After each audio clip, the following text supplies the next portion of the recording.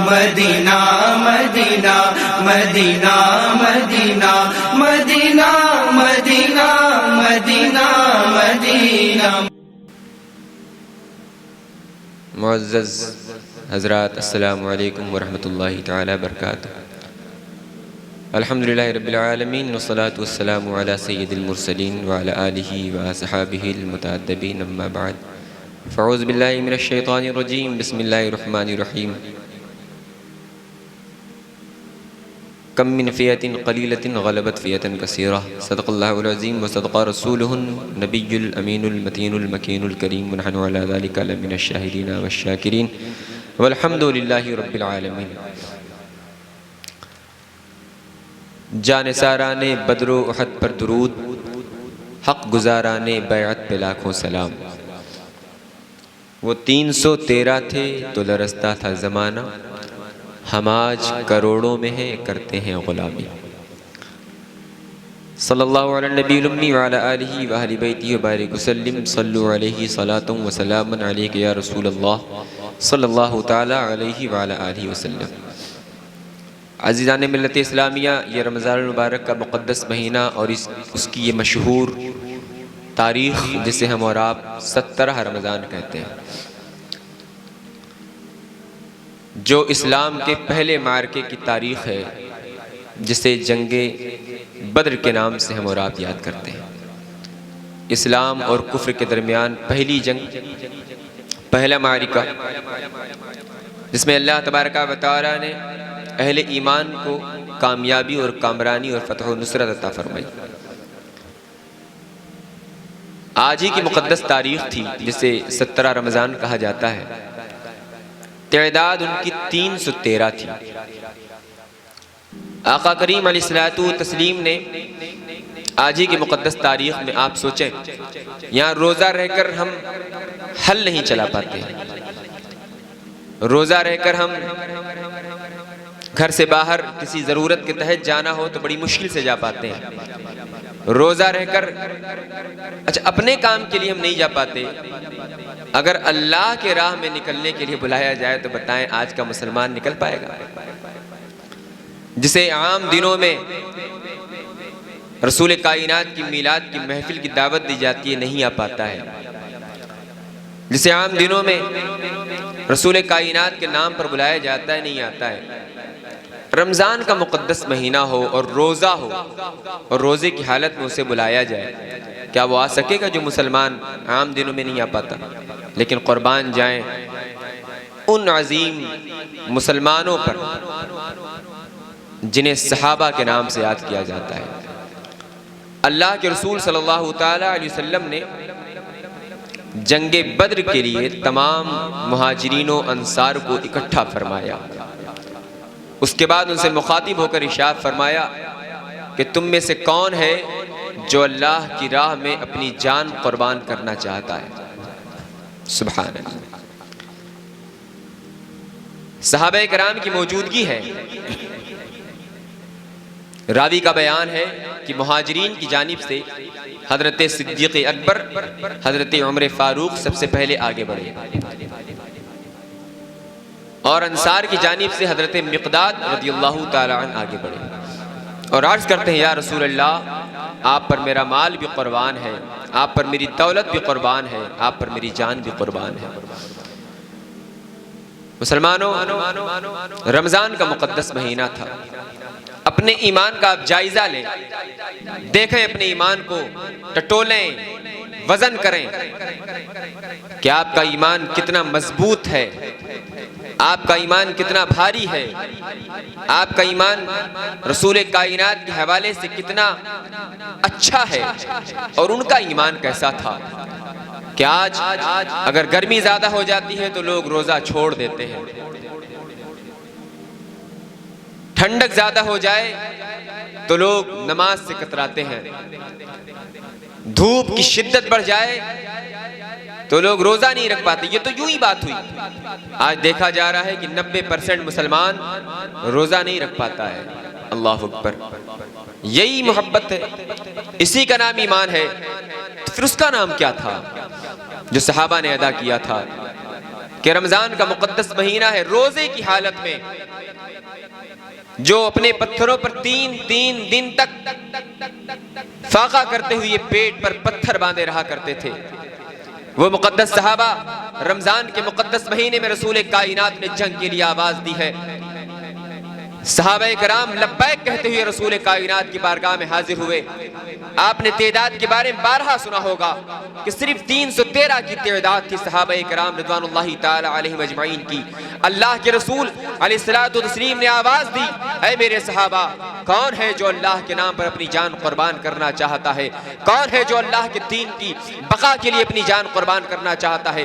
راوی کا بیان ہے، رسول کائنات کا فرمان عالی شان ہوا، جہاں پر جوان چل پڑے وہیں پر دو بچے بھی رسول کائنات کی بارگاہ مقدسہ میں حاضر ہو گئے۔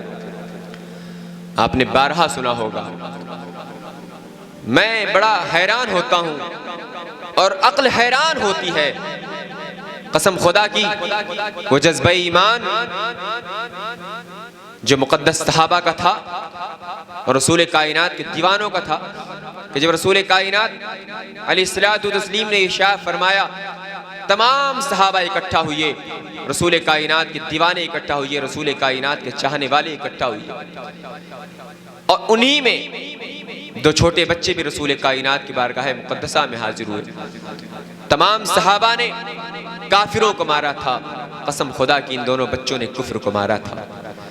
تمام صحابہ نے جاہلوں کو مارا تھا اور ان دونوں بچوں نے ابو جہل کو مارا تھا۔ یہ دو بچے ہیں رسول کائنات کی بارگاہ مقدسہ میں حاضر ہوتے ہیں۔ آپ یہ بھی جانتے ہیں کہ بچوں کو جنگ میں جانے کی اجازت نہیں ملتی، لیکن رسول کائنات کی بارگاہ میں جب گریو زاری کرتے ہیں، روتے ہیں، گڑ گڑاتے ہیں، اللہ کے رسول سے جانے کی اجازت طلب کرتے ہیں تو اللہ کے رسول منع فرماتے ہیں، لیکن ان کے بار بار اصرار پر رسول کائنات نے ارشاد فرمایا، ٹھیک ہے جاؤ اس صف میں کھڑے ہو جاؤ جہاں پر تمام صحابہ کھڑے ہیں، اگر تم ان کے برابر ہوگے قد و قامت میں تو تمہیں جنگ میں حصہ دیا جائے گا۔ وہ دونوں کھڑے ہو گئے اور کھڑے ہونے کے بعد اپنے پنجوں کے بل کھڑے ہوئے، نہیں پہنچ سکے، ایک بھائی گیا پتھر اٹھا کر لایا، پتھر پر کھڑے ہوئے، اور حضرت عبد الرحمن رضی اللہ تعالیٰ عنہ بیان فرماتے ہیں کہ جب جنگ کے میدان میں جنگ کی شروعات ہو چکی تو یہ دونوں بھائی میرے پاس آئے اور مجھ سے کہتے ہیں، چچا یہ بتائیں کہ ابو جہل کہاں ہے؟ حضرت عبد الرحمن ارشاد فرماتے ہیں کہ جب انہوں نے سوال کیا کہ ابو جہل کہاں ہے تو میں نے کہا، ابھی تم دونوں چھوٹے ہو، تم کیا کرو گے ابو جہل کے ساتھ؟ حضرت عبد الرحمن فرماتے ہیں کہ انہوں نے کہا، چچا میں انہیں اپنے ہاتھوں سے قتل کروں گا۔ کیوں قتل کرو گے؟ اس لیے کہ انہوں نے میرے نبی کو گالیاں دی ہیں، وہ میرے نبی کی شان میں گستاخی کیا کرتا تھا، وہ میرے نبی کو گالیاں دیا کرتا تھا، میرے نبی کی برائیاں کیا کرتا تھا، میں انہیں اپنے ہاتھوں سے قتل کروں گا۔ حضرت عبد الرحمن ارشاد فرماتے ہیں کہ جب میں نے ان کا حوصلہ دیکھا، ان کا جذبہ دیکھا تو میں نے کہا، دیکھو جاؤ، وہ سامنے سیاہ گھوڑے پر جو بندہ ہے سوار، اسی کا نام ابو جہل ہے، تاریخ گواہ ہے۔ حضرت معاذ کا نام بھی روز روشن کی طرح آیا ہے، حضرت معوذ کا نام بھی دنیا یاد کرتی ہے۔ دونوں بچے رسول کائنات کے عشق میں، رسول کائنات کی محبت میں، رسول کائنات کی الفت میں چل دیتے ہیں۔ تاریخ بتاتی ہے دونوں اپنے تلواروں سے، ننھی ننھی تلواروں سے اس ابو جہل کے گھوڑے کے پیر پر وار کرتے ہیں اور اس کا پیر ٹکڑے ہو جاتا ہے، گھوڑا زمین پر گرتا ہے، ابو جہل بھی زمین پر گرتا ہے، تلواریں اٹھاتے ہیں، ابو جہل پر وار کرتے ہیں۔ تاریخ گواہ ہے کہ کافر لوگ اپنی طرف سے تیروں کی بوچھار کرتے ہیں، تلواروں کی بوچھار کرتے ہیں، ایک بھائی جام شہادت نوش کر لیتا ہے، دوسرے بھائی کے بازو پر تلوار سے وار ہوتا ہے، بازو لٹک جاتا ہے۔ قسم خدا کی ہماری آنکھیں ہمارے آنکھوں میں آنسو آ جاتے ہیں اس منظر کو دیکھنے کے بعد، جب اس کی منظر کشی ہم اور آپ کرتے ہیں۔ قسم خدا کے اپنے دل پر ہاتھ رکھ کر سوچیں، تصور و خیال میں ڈوبیں، اپنے ذہن و فکر کو حاضر کریں اور سوچیں کہ ایک بندہ جس کا بازو لٹک رہا ہو، بھلا وہ کیسے اپنے بازو کو الگ کر سکتا ہے، اپنے بازو کو اپنے جسم سے کیسے الگ کر سکتا ہے؟ لیکن قربان جاؤ، جب دل میں محبت نبی ہوتی ہے، جب دل میں رسول کائنات کا عشق ہوتا ہے، جب دل میں رسول کائنات کی چاہت ہوتی ہے، جب دل میں رسول کائنات کائنات کا پیار ہوتا ہے، جب دل میں رسول کائنات کی الفت ہوتی ہے تو بندہ بازو کیا ہے، جسم کیا ہے، پیر کیا ہے، آنکھ کیا ہے، سب کا سب رسول کائنات کے نام پر قربان کر دیا کرتے ہیں۔ بازو کٹ کر لٹک جاتا ہے، اپنے بازو کو اپنے جسم سے الگ کر دیتا ہے، رسول کائنات تشریف لاتے ہیں، اپنے دستے مقدس سے اس کے بازو کو اٹھاتے ہیں اور جوڑ دیتے ہیں، اپنا لعاب دہن لگاتے ہیں، جڑ جاتا ہے، اس کے بعد وہ بچہ بھی جام شہادت نوش کر لیتا ہے۔ یا مسلمانوں سوچو، رمضان کا مقدس مہینہ ہے، روزے کی حالت میں 313 مجاہدین ہیں اور ان میں 2 بچے بھی ہیں جن کی عمر بھی تقریباً 14 سے 15 سال یا 13 سال کی ہے، جو رسول کائنات کی محبت اپنی جانیں قربان کر رہے ہیں۔ ہم اور آپ اللہ کے رسول کی محبت میں روزہ نہیں رکھ پاتے ہیں، بھوک نہیں برداشت کر پاتے ہیں، پیاس نہیں برداشت کر پاتے ہیں، دھوپ کی شدت نہیں برداشت کر پاتے ہیں، گرمی نہیں برداشت کر پاتے ہیں۔ وہ کیسے دیوانے تھے رسول کائنات کے، جنہوں نے رسول کائنات کی محبت میں گرمی بھی برداشت کی ہے، پیاس بھی برداشت کی ہے، بھوک بھی برداشت کی ہے اور میدان جنگ میں اپنی جانیں بھی قربان کر دی ہیں۔ ہمیں اور آپ کو جانیں نہیں قربان کرنی ہے رسول کائنات کے نام پر، ہمیں اور آپ کو دولت نہیں قربان کرنی ہے رسول کائنات کے نام پر،